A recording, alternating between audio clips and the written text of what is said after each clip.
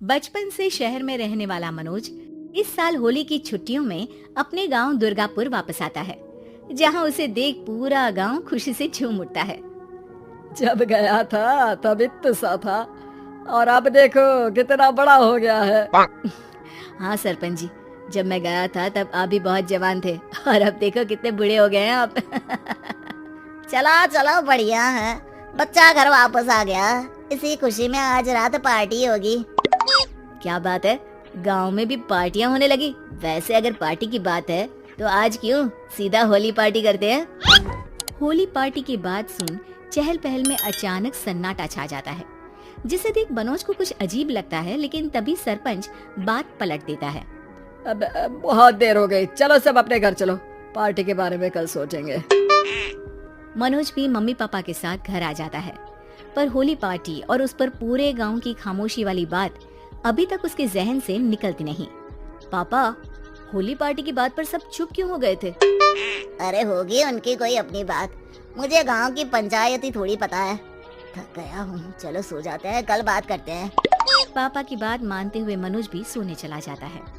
आज तो छुपा लिया, लेकिन हफ्ते बाद जब होली का दिन आएगा तब इसे कैसे रोकोगे? अगली सुबह सूरज के साथ ही मनोज भी गांव घूमने निकल जाता है, जिस पर रास्ते में उसे अपनी ही उम्र के कुछ लड़के भी मिलते हैं, जिनसे दोस्ती कर अब वो उनके साथ घूमने लगता है।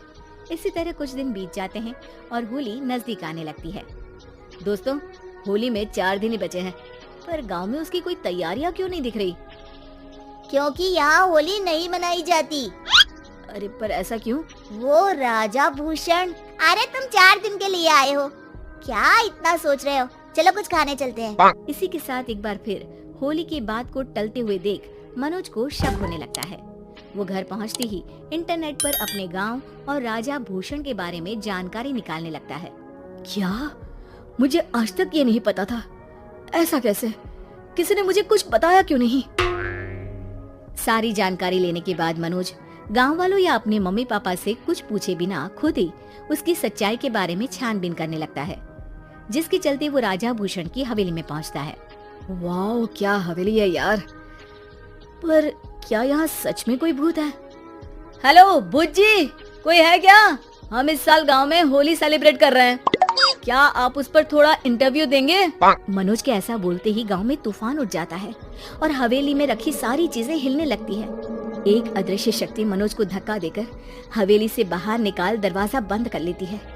ये सब देख मनोज हैरान रह जाता है। क्या अभी मुझे हवा ने धक्का देकर बाहर निकाल दिया? मेरे होते हुए इस गांव में कभी होली नहीं बन सकती, इसलिए दोबारा ऐसी कोशिश भी मत करना, अंजाम बुरा होगा। आवाज सुन मनोज हैरानी से इधर उधर देखने लगता है, पर उसे कोई दिखाई नहीं देता। वो गांव वापस आ जाता है, जहां तूफान की वजह से सब कुछ तहस महस हो चुका होता है। आखिर ये तूफान आया कैसे? ना ऐसा कोई मौसम था और ना ही हमने होली का त्योहार मनाने की बात की थी। सरपंच की बात पर कोई रिएक्शन दिए बिना मनोज चुपचाप अपने घर चला जाता है। इस तरह देखते ही देखते होली का दिन भी आ जाता है और मनोज रंग लेकर गांव में निकल जाता है, लेकिन गांव पूरी तरह खाली होता है। अरे त्योहार का दिन है, धूमधाम की जगह मातम क्यों मनाया हुआ है? मनोज की आवाज सुन सब अपने घर की खिड़कियां खोल के घर के अंदर से ही उसे वापस जाने के लिए कहने लगते हैं, पर वो किसी की नहीं सुनता। तुझे पहले भी समझाया था, अगर होली खेलने की कोशिश भी की तो अच्छा नहीं होगा।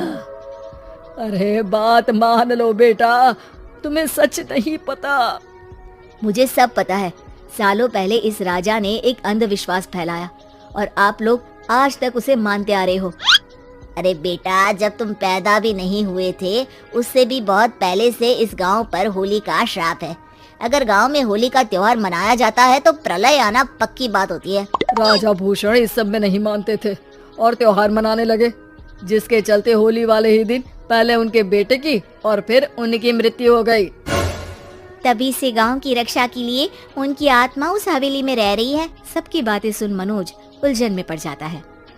सोचना भी मत मनोज, अगर तुमने इस परंपरा को तोड़ने की कोशिश भी की तो उसका परिणाम इस गांव और गांव के लोगों के लिए अच्छा नहीं होगा। मुझे भी यकीन नहीं हो रहा कि आप लोग एक बेतुकी बात को मानकर सालों से रंगों के त्योहार को मातम की तरह मनाते आ रहे हो। मनोज किसी की कोई बात ना मानते हुए पूरे गांव में रंग बिखेर देता है, जिसके तुरंत बाद वहां तूफान के साथ बिजलियां गरजने लगती है।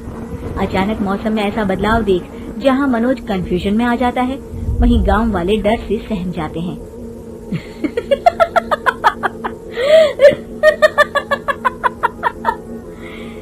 इस लड़के ने हमारे जैसे सिर्फ अपने स्वार्थ के लिए नहीं बल्कि पूरे गांव की खुशियों के लिए यहाँ होली मनाई है, जिस वजह से अब इस गांव पर होली का श्राप टूटता है। ऐसा बोलकर राजा का भूत वहां से गायब हो जाता है, जिसके बाद गांव के लोग धूमधाम से होली मनाते हैं। खुशियों के रंग गांव में बिखरे ही होते हैं कि अगली सुबह अचानक मनोज कहीं गायब हो जाता है और एक बार फिर गांव में होली का नया राज शुरू हो जाता है।